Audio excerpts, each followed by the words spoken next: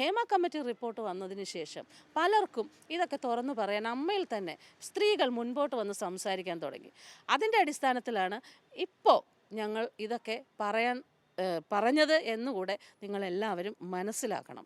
ഞങ്ങൾക്ക് സഹായിക്കാൻ ഞങ്ങളേറെ ബഹുമാനിക്കുന്ന മുഖ്യമന്ത്രി ആ വിശ്വാസത്തിലാണ് ഞങ്ങളിപ്പോൾ ഈ പരാതിയുമായിട്ട് വന്നിരിക്കുന്നത്.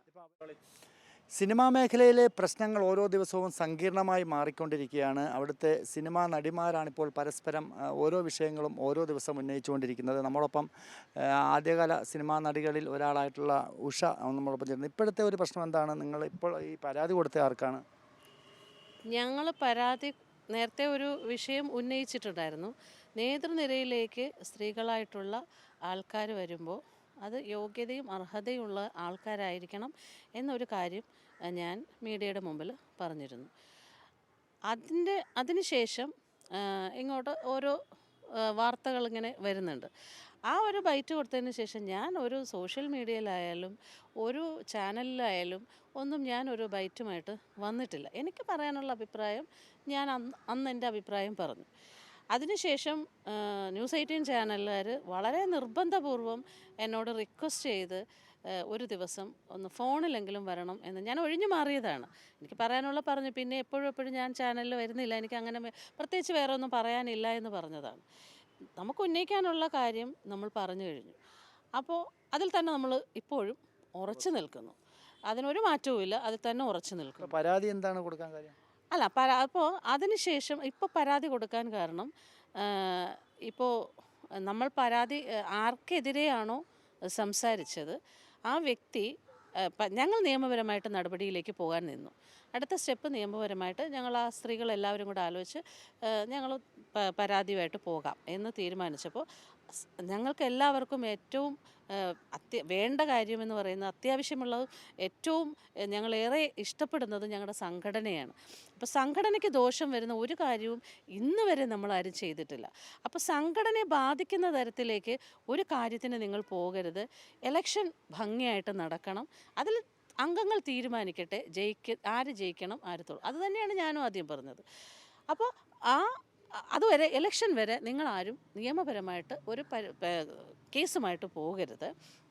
അമ്മയിലേക്ക് പരാതി തരാനാണ് ഇലക്ഷൻ ചാർജുള്ള പൂജപ്പുര രാധാകൃഷ്ണൻ എന്നെ വിളിച്ച് സംസാരിച്ചതും മുതിർന്ന 2-3 അംഗങ്ങളുമായിട്ടും ഞങ്ങൾ സ്ത്രീകൾ ഈ പരാതി ഉന്നയിച്ച സ്ത്രീകളുമായിട്ടുമൊക്കെ സംസാരിച്ചപ്പോൾ അവരും പറഞ്ഞത് നമുക്കത് മതി, നമുക്ക് സംഘടന നിൽക്കണം, തെരഞ്ഞെടുപ്പ് നടക്കട്ടെ.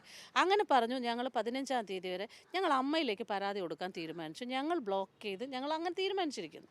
അപ്പോഴാണ് ഇന്ന് രാവിലെ അറിയുന്നത് ഇവർ ഞങ്ങൾക്ക് എതിരെ ഒരു പരാതി DGPക്ക് കൊണ്ട് കൊടുത്തു എന്നറിയുന്നു. കുക്കു പരമേശ്വരൻ ആണ് കൊടുത്തിരിക്കുന്നതെന്നാണ് ചാനലുകളിലൂടെ വന്ന വാർത്തയാണ്. ഞാൻ കണ്ടിട്ടുമില്ല, എന്നെ ഓരോരുത്തർ വിളിച്ചു പറഞ്ഞ കാര്യമാണ്. അപ്പോൾ ഇത് രാവിലെ നമ്മൾ മാറ്റിവെച്ച പരാതി ഇനി കൊടുക്കാതിരിക്കേണ്ട കാര്യമില്ല. ഞങ്ങൾ പാവപ്പെട്ട കുറേ സ്ത്രീകളാണ്. ഞങ്ങൾക്ക് പിന്നിൽ ആരുമില്ല, ഞങ്ങളെ സഹായിക്കാനും ആരുമില്ല. ഇവരെ ആരോപിക്കുന്ന പോലെ ആരും ഞങ്ങളുടെ പിന്നില്ല. ഞങ്ങൾ സത്യസന്ധമായിട്ടുള്ള കാര്യങ്ങളാണ് പറഞ്ഞത്.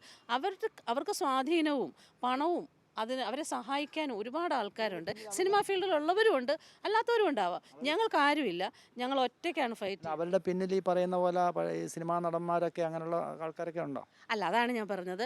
ഞങ്ങൾക്ക് പിന്നിൽ ആരൊക്കെയോ ഉണ്ട്, അവർ ഞങ്ങളെ മുൻനിർത്തിയാണെന്ന് ആരോപിക്കുമ്പോൾ അവരാലോചിക്കേണ്ടത് ഈ ആൾക്കാരെയും മുൻനിർത്തി പുറകിൽ നിന്നും ചരട് വലിക്കുന്ന പ്രമുഖരായ ആൾക്കാരും ഉണ്ട്.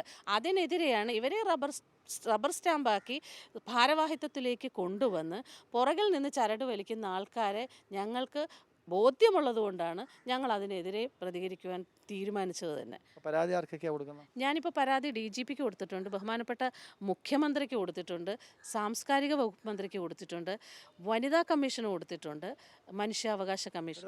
നിങ്ങളെ ചീറ്റ് ചെയ്തെന്നുള്ളതാണോ? അതെ. ആ ഒരു കാര്യത്തിന് ഞങ്ങൾക്ക് വ്യക്തത വരണം.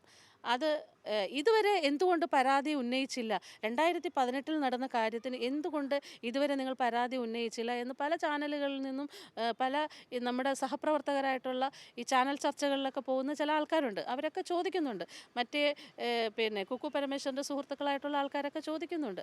പക്ഷെ ഞങ്ങൾക്ക് പറയാനുള്ളത് എല്ലാവർക്കും അറിയാം, മാധ്യമക്കാർക്കും അറിയാം, പൊതുജനത്തിനും അറിയാം, ഞങ്ങൾ അമ്മ സംഘടനയിലുള്ളവർക്കും അറിയാം. അമ്മ സംഘടനയുടെ ഒരവസ്ഥ ആ ഒരു പിന്നെ സാഹചര്യം സ്ത്രീകൾക്ക് തുറന്ന് എന്തെങ്കിലും പറയാൻ പറ്റിയ സാഹചര്യമല്ല. കഴിഞ്ഞ കാലയളവിലൊന്നും പറയാൻ പറ്റില്ല. പറയുന്നവരെ അവരുടെ അവസ്ഥ വളരെ ഭീകരമാണ്. നമുക്കറിയാം മുൻകാലങ്ങളിലുണ്ടായ സംഭവങ്ങൾ. അതുകൊണ്ട് അത് ഏറ്റവും വലിയ കാര്യമായതുകൊണ്ടാണ് ഞങ്ങൾ പലരും ഇതൊക്കെ പറയാതിരുന്നത്. എന്നാൽ നമ്മുടെ ഹേമ കമ്മിറ്റി റിപ്പോർട്ട് വന്നതിന് ശേഷം പലർക്കും ഇതൊക്കെ തുറന്നു പറയാൻ അമ്മയിൽ തന്നെ സ്ത്രീകൾ മുൻപോട്ട് വന്ന് സംസാരിക്കാൻ തുടങ്ങി. അതിൻ്റെ അടിസ്ഥാനത്തിലാണ് ഇപ്പോൾ ഞങ്ങൾ ഇതൊക്കെ പറഞ്ഞത് എന്നുകൂടെ നിങ്ങളെല്ലാവരും മനസ്സിലാക്കണം. ഞങ്ങൾക്ക് സഹായിക്കാൻ ഞങ്ങളേറെ ബഹുമാനിക്കുന്ന മുഖ്യമന്ത്രി ആ വിശ്വാസത്തിലാണ് ഞങ്ങളിപ്പോൾ ഈ പരാതിയുമായിട്ട് വന്നിരിക്കുന്നത്. ഇപ്പോൾ അവരുടെ പിന്നിൽ ഈ പഴയ നേതൃനിരയിൽ ഉണ്ടായിരുന്നവരൊക്കെ ഉണ്ടെന്നൊരു തോന്നലുണ്ടോ? നിങ്ങളൊക്കെ അവർക്കെതിരെ പരാതി ഉന്നയിക്കുകയും മറ്റേ സ്ത്രീകളുടെ വിഷയവുമായി ബന്ധപ്പെട്ട ആരോപണ വിധേയരായി പുറത്ത് മാറി നിൽക്കേണ്ട സാഹചര്യം ഉണ്ടായവരൊക്കെ ഇതിൻ്റെ പിന്നിൽ ഉണ്ടാവുമെന്ന് തോന്നുന്നുണ്ടോ? വലിയ വലിയ ആൾക്കാരുണ്ട്, അവരെ സഹായിക്കാൻ ഒരുപാട് പേരുണ്ട്. അതിന് ഏറ്റവും വലിയ ഞങ്ങൾ ഈ പരാതിയുമായിട്ട് ഈ ഒരു കാര്യം പറഞ്ഞപ്പോൾ ഒരാൾ പോലും ഞങ്ങളെ സഹായിക്കാനില്ലായിരുന്നു. സിനിമാ ഫീൽഡിൽ നിന്ന് ആരെയും കണ്ടില്ല. പക്ഷേ ഇന്നലെ ശ്വേതയെക്കുറിച്ചുള്ള പരാതി വന്നപ്പോൾ, ഒരു കേസ് വന്നപ്പോൾ എല്ലാവരും ശ്വേതയ്ക്ക് അനുകൂലമായിട്ട് മീഡിയയിൽ വന്നിട്ടുണ്ടായിരുന്നു. ഞങ്ങൾ ശ്വേതയ്ക്ക് അനുകൂലമായിട്ട് തന്നെയാണ് കേട്ടോ. എന്നെ ചാനലിൽ നിന്ന് വിളിച്ചു ചോദിച്ചപ്പോഴും ആ ഒരു കാര്യത്തിന് ഞങ്ങൾ ശ്വേതയുടെ കൂടെ തന്നെയാണ്. അതിനൊന്നും യാതൊരു മാറ്റവുമില്ല. പക്ഷേ ഞങ്ങൾക്ക് പറയാനുള്ള കാര്യങ്ങൾ അതിൽ ഞങ്ങൾ ഉറച്ചു നിൽക്കുന്നു. അതാണ് ഞങ്ങൾ പറഞ്ഞിട്ടുള്ളത്. നിങ്ങളുടെ ഈ പരാതിയിൽ ഇവർ മാത്രമല്ല, ഇവരുടെ പിന്നിൽ മറ്റു പലരും ഉണ്ട്, അവരാണ് ഇവരെ കൊണ്ടത് ചെയ്യിച്ചതെന്നുള്ളൊരു പരാതിയാണ് നിങ്ങൾക്കിപ്പം ഉള്ളത്. അങ്ങനെ അവരൊന്ന് ഇപ്പം പരാതിയല്ലേ കൊടുത്തിരിക്കുന്നത്. അവരെ ഭാരവാഹിത്വത്തിലേക്ക് കൊണ്ടുവരും. അവർ തന്നെ പറഞ്ഞിട്ടുള്ള കാര്യം ഞാൻ പറഞ്ഞതാണ്. ഈ ഭാരവാഹിത്വത്തിലേക്ക് വന്നു കഴിഞ്ഞാൽ ഇന്ന ആൾക്കാരൊക്കെ ഉണ്ടെങ്കിലേ പറ്റുള്ളൂ എന്ന് പറഞ്ഞ കാര്യം ഞാൻ പറഞ്ഞതാണ്. അപ്പോൾ അങ്ങനത്തെ ആറ്റിറ്റ്യൂഡുള്ള ആൾക്കാർ, ഇത്രയും വലിയ ഒരു വഞ്ചന ചെയ്ത ആൾ, അവരെയൊക്കെ ഈ ഭാരവാഹിത്വത്തിലേക്ക് വന്നാൽ സ്ത്രീകളായ ഞങ്ങൾക്ക് എന്ത് സെക്യൂരിറ്റിയാണുള്ളത് ഇനി വരുന്ന കാലത്ത്? അതുകൊണ്ട് തന്നെയാണ് ഞങ്ങൾ പറഞ്ഞ അർഹതപ്പെട്ട ആൾക്കാർ വരട്ടെ, യോഗ്യതയുള്ള ആൾക്കാർ, ആ സ്ത്രീകൾ വരണം. അത് ഞങ്ങൾ 100% ഞങ്ങൾ സ്വാഗതം ചെയ്യുന്നു. അന്നും ഞാനത് തന്നെ പറഞ്ഞു. പക്ഷെ അത് യോഗ്യതയും അർഹതയുമുള്ള ആൾക്കാർ വരണം എന്ന് തന്നെയാണ് പറഞ്ഞത്. ആർക്കെങ്കിലും വേണ്ടി വരുന്ന സ്ത്രീകളാകരുത്. അതെ അതെ അതെ. മറ്റു ഇതുപോലെയുള്ള ആൾക്കാർക്ക് വേണ്ടിയിട്ട് റബ്ബർ സ്റ്റാമ്പായിട്ടിരിക്കുന്ന ഭരണചക്രം വേറെ ആൾക്കാരുടെ കയ്യിലേക്ക് പഴയ കോലത്തിലേക്ക് പോവും. അത് വരരുത്. അമ്മ ഇപ്പോൾ പുതിയ രീതിയിലേക്ക് ജനകീയമായിട്ട് ജനാധിപത്യപരമായിട്ടുള്ള ഒരു രീതിയിലേക്ക്, അതുകൊണ്ടാണ് ഇപ്പോൾ നമ്മളിതൊക്കെ പറയുന്നത്. അല്ലെങ്കിൽ പേടി തന്നെയാണ്.